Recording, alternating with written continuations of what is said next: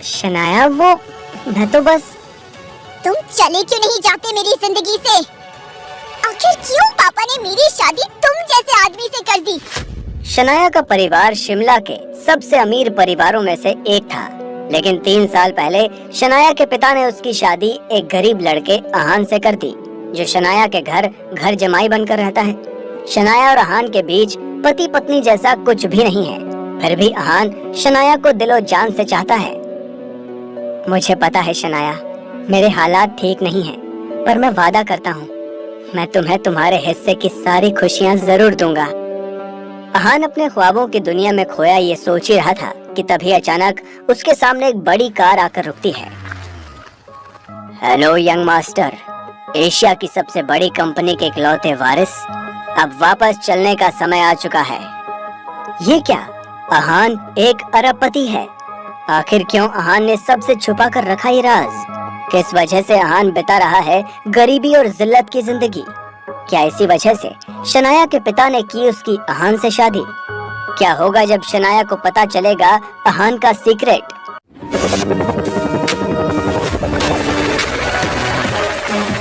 अहान रायजादा, ऐसा वजनदार नाम, मानो इंडिया की टॉप बिजनेसमैन फैमिलीज में से किसी एक का वारिस हो।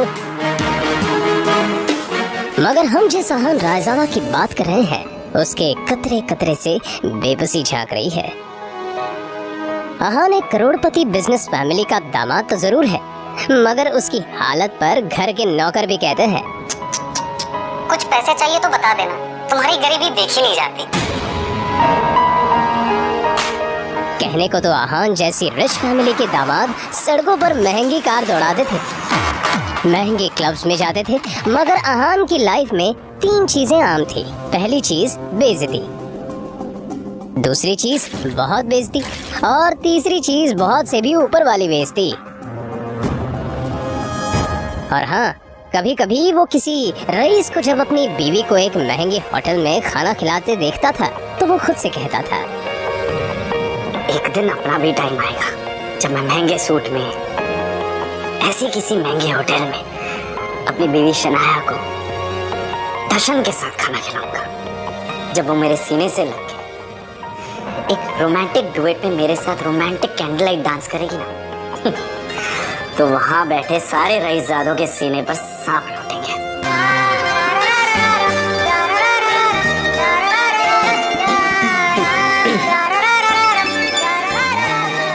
जरूर शनाया ने बोलते हुए अहान चौंक कर उठ खड़ा हुआ। मोबाइल स्क्रीन पर देखा तो शगुन का फोन था। अहान के सारे सपने छूमंतर हो गए।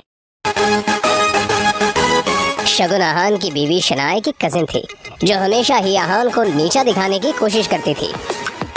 मोबाइल की तरफ देखकर अहान ने बुरा सा मुंह बनाया और फिर कुछ सोचकर फोन उठा लिया। मेरे प्यारे जीजा जी, फोन नहीं उठाते आप? वो मैम। अच्छा वो सब छोड़िए, आप एक काम कीजिए, साहू ज्वेलर्स पे मेरा एक नेकलेस पड़ा है, मैंने ओनर को कॉल कर दिया है, वहाँ जाके नेकलेस कलेक्ट करके मेरे घर पे आ जाइए। शगुन, मुझे बैंक जाना है और मैं बैंक जाने का तेवर किसी और को दिखाइएगा जीजा जी। वैसे भी आपको हमारे फैमिली के टुकड़ों पर ही पलना है ना? तो जितना काम कहा जा रहा है उतना कीजिए। और हाँ, नेकलेस के साथ में ओनर आपको 30,000 रुपए भी देगा, वो लेकर मेरे घर पे आ जाइए, और 30,000 रुपए में से 1 रुपया भी कम नहीं होना चाहिए, समझे ना? देखो शगुन, आज तक मैंने कभी चोरी नहीं की, और दूसरी बात ये कि अगर मुझ पर इतना डाउट है तो किसी नौकर को भिजवा के करवा लो। क्या है ना, बहस करने की इजाजत आपको है नहीं, तो जितना काम कहा जा रहा है उतना कीजिए। 1 घंटे के अंदर नेकलेस और पैसे लेकर मेरे घर आ जाइए, और फिर से कह रही हूँ, 30,000 रुपए में से 1 भी रुपया कम नहीं होना चाहिए। बाय। अरे है दीदी को बुलाओ यार, है दीदी।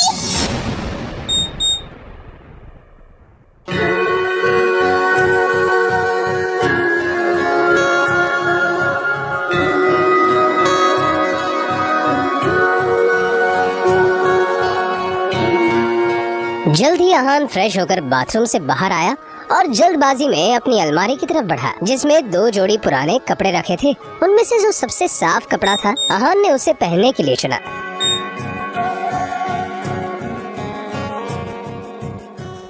तैयार होकर वो बाहर निकला और जैसे ही सामने देखा तो उसकी सास यामिनी गिल अपनी कुछ सहेलियों के साथ रमी पार्टी में व्यस्त थी। तभी यामिनी जी की एक सहेली ने अपने सैंडल की तरफ देखकर कहा, यामिनी, ये देखो ना, तुम्हारे यहाँ आते आते मेरा बेल्ट टूट गया चप्पल का।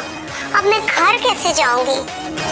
इसमें टेंशन लेने वाली कौन सी बात है? तुम पार्टी एंजॉय करो, मैं नौकर से कह दूंगी, वो ठीक करवा कर लाएगा। ना ना, मैं नौकरों पे भरोसा नहीं करती। मेरी चप्पल महंगी है, तो एक बार टूट गई चप्पल तो मैं दोबारा पहनती नहीं। लेकिन क्या करूं, घर भी तो जाना है ना। अहान उस तरफ से निकला ही था जब यामिनी जी की नजर उस पर पड़ गई। डोंट वरी, नौकर नहीं है, नौकर से थोड़ा ऊपर ही है। वो तुम्हारा काम अच्छे से करेगा। सुनो, ये चप्पल लो और उसे ठीक करा कर लाओ। तभी यामिनी जी की सहेली ने कहा, यामिनी, ये सब काम दामाद से अच्छा नहीं लगता। अरे तुम इतना टेंशन क्यों ले रही हो? वैसे भी इसे ये सब काम करने में बड़ा मजा आता है। तुम लोग को भी कोई आया हो तो बता देना। दामाद है तो क्या हुआ, चप्पल भी ठीक नहीं करा सकता? कुछ तो करे, वैसे भी कुछ करता धरता तो है नहीं। ये बातें सीधा अहान के दिल पर आकर लगी, मगर अब उसे ये सब हमेशा ही सुनने की आदत हो गई थी। उसे याद था कि आज उसका बर्थडे है, मगर ये सिर्फ उसे ही याद था, बाकी किसी को भी इससे कोई मतलब नहीं था। शगुन का काम करना चाह रहा। बहस मत करो, जो काम दिया है वो करके आओ। दामाद है तो दामाद की तरह रहो। भिखारी कहीं का। पता नहीं शनाया की जिंदगी में ऐसा क्या लिखा था कि तुम जैसा निठल्ला पति मिला है उससे। और अब यामिनी जी की सहेली ने अहान को उसकी टूटी हुई सैंडल की स्ट्रैप दिखाकर कहा, ये वाली चप्पल ठीक करना है, महंगी दुकान में ठीक करवाना, समझ में आया? कहते हुए उसने अहान का हाथ उठाकर सैंडल उसके हाथ में पकड़ा दिया।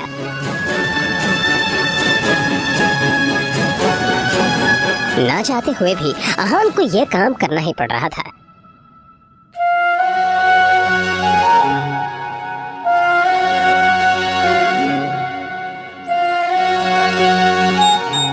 उसके मोबाइल पर उसकी बीवी शनाया ने मैसेज किया।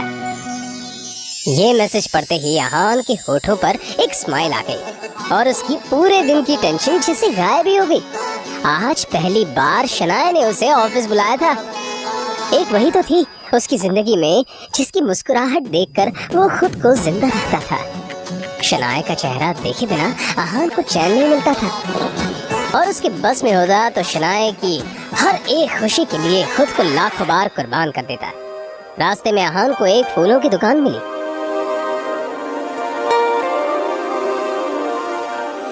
और अपना पर्स निकालकर देखने लगा। उसमें सिर्फ 500 का एक नोट पड़ा हुआ था। जैसे ही अहान वापस मुड़ा तो उसे शगुन का काम और अपनी सास के दिए हुए काम याद आ गए। उसने एक नजर घूर कर उस सैंडल की तरफ देखा और कहा, माफ करना आंटीज और सासू माँ, आप लोगों को सादर प्रणाम, पर शनाया से बढ़कर मेरे लिए और कुछ नहीं है। थोड़ी सी डांट सुन लेंगे आपसे। और फिर उस पैसे से अहान ने शनाया के लिए फूलों का वो बुके ले लिया। आज वो पहली बार गिल कंस्ट्रक्शन के ऑफिस जा रहा था, जो कंपनी गिल खानदान की थी। ये सोचकर आज वो फूला नहीं समा रहा था कि वहाँ उसका अच्छे से स्वागत होगा कि तभी सामने से आने वाले एक आदमी से अहान टकरा गया। उसका नाम देव मल्होत्रा था। यू इडियट, दिखाई नहीं देता तुम्हें? पता नहीं कहाँ से मुंह उठाकर चले आते हैं। इस ऑफिस में तुम्हारी खड़े होने की भी औकात नहीं और ऐसे टहल रहे हैं जैसे तुम्हारी खाले जी का घर है। कौन हो तुम? शायद देव मल्होत्रा ने भी उसके बदरंग कपड़ों से उसे नौकर या ऑफिस बॉय ही समझ लिया था। मल्होत्रा ने एक नजर नीचे पड़े बुके की तरफ देखा और फिर उसे अपने पैरों तले कुचल के बाहर निकल गया। अहान ने अपना सर झुकाए बस उस बुके की तरफ देखा। उधर शनाया अंदर से ये नजारा देख रही थी। तभी अहान की नजर शनाया पर पड़ी तो एक पल के लिए वो अपनी बेइज्जती भूल गया और वो शनाया के केबिन में दाखिल हो गया। वो शनाया की तरफ बढ़ा। अब जाने भी तो शनाया, जो हुआ मेरे साथ वो हुआ, और तुम इतना टेंशन क्यों ले रही हो? जब बात गई वो बात गई। तभी शनाया चीखते हुए बोली, दूर हटिए आप मुझसे, दूर हटिए। आप चले क्यों नहीं जाते मेरी जिंदगी से? नाक बना रखी है मेरी जिंदगी। अहान को एकदम से झटका सा लगा वो खुले मुंह से शनाया की तरफ देखता रह गया। तभी शनाया आगे बोली, पता नहीं कौन से बाबू की सजा मिल रही है मुझे। नहीं, आप चाहते क्या? पापा ने हम दोनों की शादी जबरदस्ती करवाई थी, वरना आप तो कभी मेरे लायक थे ही नहीं। और आज भी आपको पति कहते हुए मुझे शर्म आती। अरे आज तो ड्राइवर नहीं था, इसलिए आपको बुला लिया। पर मुझे क्या पता कि मेरा पति इस काम के भी लायक नहीं है। यहाँ आकर आपने मेरे सबसे पुराने क्लाइंट मिस्टर मल्होत्रा को नाराज कर दिया। अब कैसे होगा काम मेरा? आंखों में आंसू लिए शनाया ने आगे कहा, मैं जहाँ पर भी जाती हूँ आप मुझे बेइज्जती के सिवा और कुछ नहीं दे सकते। सिर्फ एक बदनुमा दाग बनकर रह गए हैं आप मेरी जिंदगी में। इतना कहकर शनाया केबिन के बाहर निकल आई। तभी रास्ते में पड़े बुके की तरफ देखकर शनाया ने कहा, क्या है ये सब? क्या गंदगी फैला रखी है यहाँ पर? फेंको इसे डस्टबिन में। फूल को अपने पैरों से कुचलते हुए आगे बढ़ गई।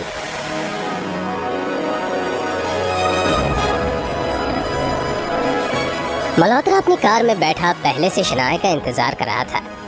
फिर आहान के सामने ही शनाया अपने क्लाइंट मल्होत्रा की कार में बैठी और बिजनेस के सिलसिले में वहीं से जा चुकी थी।